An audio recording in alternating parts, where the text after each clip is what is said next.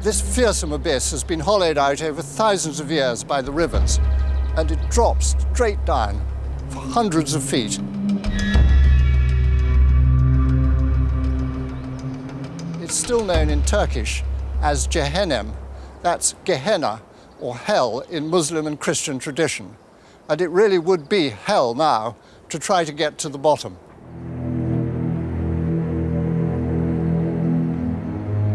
Fortunately, heaven doesn't require a climbing rope. It's a few hundred meters from hell, where stairs lead down into a ravine. In ancient times, saffron crocuses grew here, objects of cult for the ancient Hittites. Modern Turks named this place Cennet, heaven. But beyond heaven is the underground lair of a monster.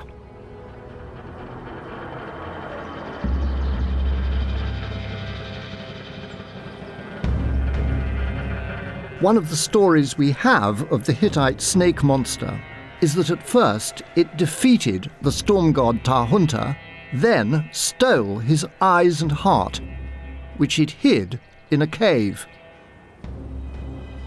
In later Greek myth, Zeus too is defeated at first by the snaky monster in Greek Typhon, on Mount Cassius itself, we're told. And Typhon cuts away the god's sinews using an adamantine sickle, wraps them up in a bearskin, and conceals them in his lair, the Corycian cave. If we consider the story in its real context, we can understand for the first time how and when the story passed to the Greeks and then grew. Visible beyond the remains of this Christian church is the Corycian cave of the Greek myth.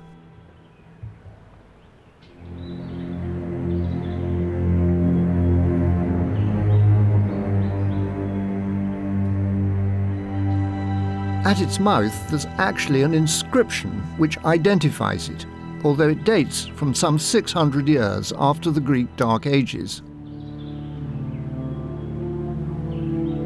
To protect it from damage, it has been concealed, and its location is known only to the cave's Turkish guardian, Khazi.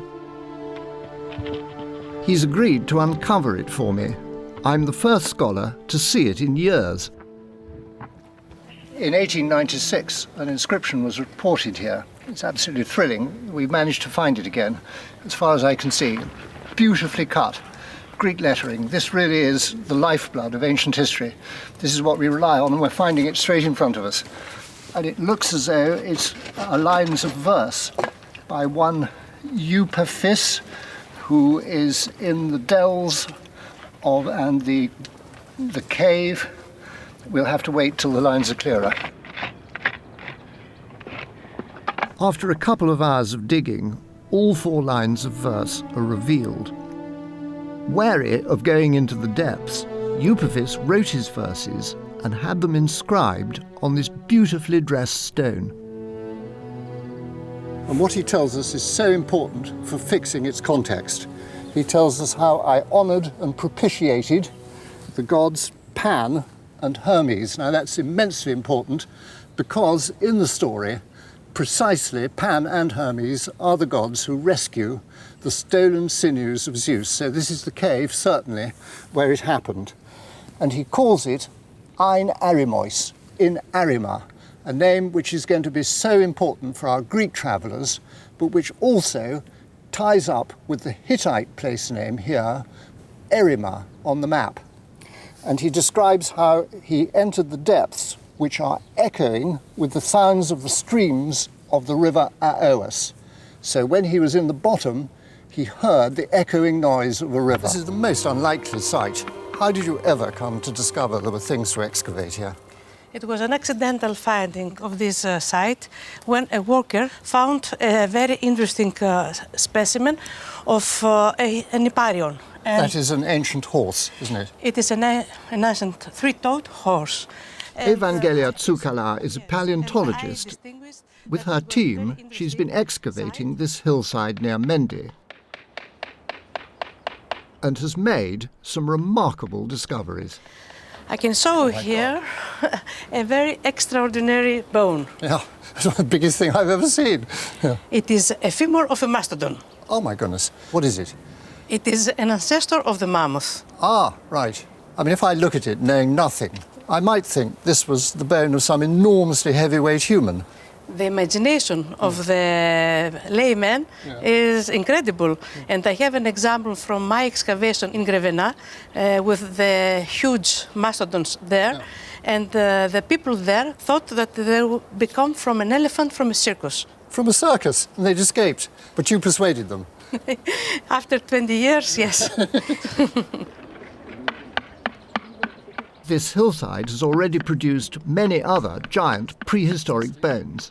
They must have been a race of gigantic people. What I'm thinking is that the Greeks, the Euboeans, who had been out in Naples and had seen the shattered remains of the battlefield where the gods had zapped the giants with thunderbolts, I can now understand why they come up here and they think this is the camp, this is where the giants bred, where they lived.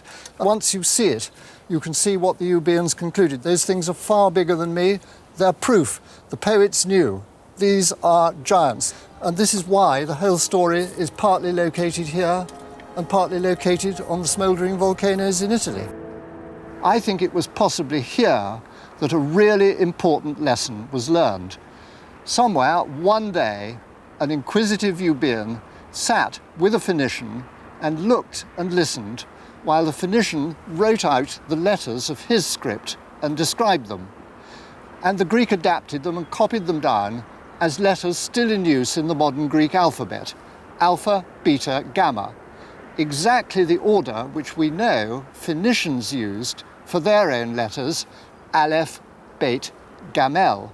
The Greek thought he needed signs for the vowel sounds he was hearing, so he added them, epsilon, iota, and so forth, making the fullest alphabet the one which is most easy to read. And it's that Greek alphabet that is the ancestor of all the alphabets we still use in the modern West.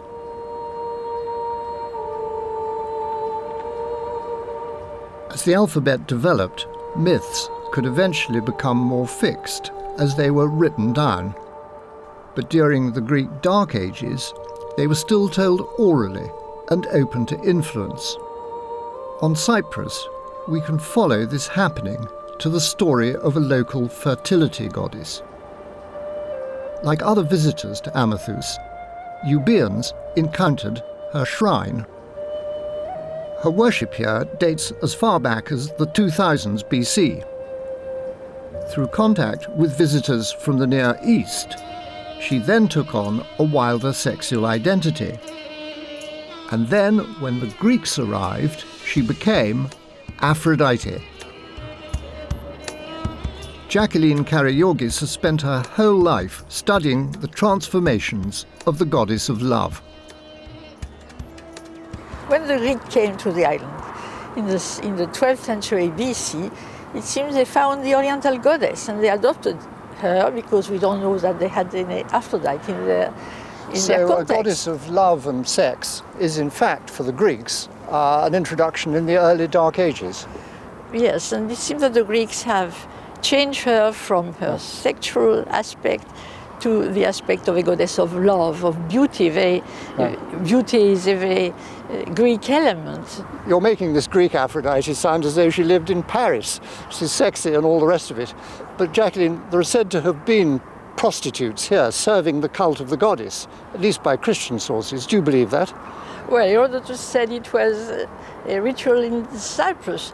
He says that girls had to come once in their lifetime to the temple to offer their virginity to the goddess. And then they kept the money as their dowry, yes, is that right? It was a way of having an income. I suppose this is why the sanctuary were so rich. And nowadays their fathers build them a house. To the west of Amathus is another place now associated with Aphrodite. It is known as the Rock of Aphrodite, and the local story is that if you swim all the way round this rock, you are blessed with eternal beauty. The beach alongside is now considered the location of Aphrodite's literal emergence. Of course, the story of Aphrodite is connected to much grander stories in heaven, Jacqueline. When Father Heaven is castrated, of course, blood and white sperm flies everywhere. And according to the Greeks, when the sperm falls down into the sea, somebody very significant is born from it, your goddess, Aphrodite. And the Greeks, when they later thought about it, tried to connect that name, Aphrodite, with their own Greek word, aphros, meaning foam or foaming white sperm. Do you think there was any historical truth in that? I don't think it's the real etymology of the name, but it's a very clever way of explaining Aphrodite, very poetical one. Right, like a wordplay. Yes, like a wordplay. That was a pretty good way to be born. But there is the local story that when she was born, she was washed to this very beach. This is what the Cyprus Tourist Board still tells you nowadays, Jacqueline. Do you think there's any history in that? Well, this is a very recent tradition to associate this beach with Aphrodite. We don't have any proof that it was the real place where she came on land in Cyprus, although ancients said that they could see her footprints on the beach, but which beach, we don't know. I have been through travelers' books and to find references to this special beach, but I could not find any references. When is the first thing, do you think? Well, I could say during the last 50 years. But it shows beautifully how what will be a myth, I'm sure, continued in modern Cyprus, begins and starts from a beautiful landscape and then acquires a force of its own, exactly as it did in the ancient world. This is how myths are made. Here, in the storerooms of the Eretria Museum, the shelves are crammed with boxes full of objects excavated by the Swiss School of Archaeology. These finds have given us a clearer picture of the lives of our Euboean travellers and the culture in which the myths we will trace were born. Okay, Robin, I wanted to show you here 2 sherds with the graffiti. Early writing. Early writing. They were found in the sanctuary of Apollo. Yeah. The first one's dated from the end of the 9th century, early 8th century. We can see 4 letters. Well, they're not Greek. I can't understand them. What are No, they? they're Semitic. Good heavens. So this is at the turning point when some Near Easterner has either taught a Euboean to write or Euboean is copying what he's learned perhaps in the Near East. Mm-hmm. Absolutely. But it was carved on a Euboean pot. This is a typical Euboean drinking cup. We're right at the start of the origin of writing. Extraordinary, yes. And at the end of the series, we have, again, a graffito carved on a local pot, Euboean, with another 4 letters. I think I can read it. It's Hiera. Here. Here, yes.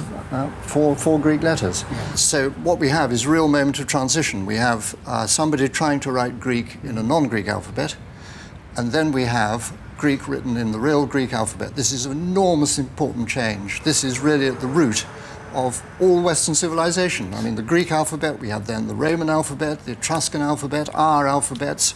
If they couldn't write, we wouldn't know anything about them. If they couldn't write down Homer, we wouldn't be able to read his poems. We wouldn't know anything about Hesiod. This is a real change for people, and we're witnessing it in the palm of your hand.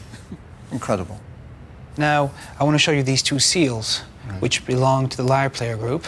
Oh, right. 5 of them were found Yes. in the sanctuary of Apollo. They were found in the northern sacrificial area. Right. And where cult is established, cult linked with women. So this is like a calling card for Euboean women? Well, Yes, I know. absolutely. Yes. Talking about Euboean women in the 8th century, you have here the neck of an amphora. Oh, there they are, Where you dancing. can see, yes, or it's a procession. And they're holding garlands, it looks like, and these very trendy skirts. They've had to breathe in for the painter anyway. Tight waists, Yes. long skirts, 8th century BC fashion. Wonderful. This is part of a crater, Robin, where you have the typical Euboean 8th century iconography. Right. With a horse. Spindly legs, yes, there he is, the 4-legged friend. And these aren't farm animals, are they, Sylvan? They don't pull carts. They can't, they haven't got the right collar. These horses they use for competition and above all for war. It's a sign of social distinction. It's not just they love animals. You're smart, you're a nobleman, you're one of the horse breeders, the local cavalry. Wonderful. Now, this was found in the West Quarter, in Eretria. That's a very important find, and it's a monumental amphora. Right, which stood then by a grave, would that be right? Exactly. And I can see a chariot. It's a sort of Right. chariot race or On this bit, there's somebody, they're trying to jump on, often on the back of the chariot. The Apobates. Yeah, this is a sort of Greek game they play where the skill is to jump onto a chariot when it's moving and jump off the back of it. Probably during funerary games. Fantastic. Yeah.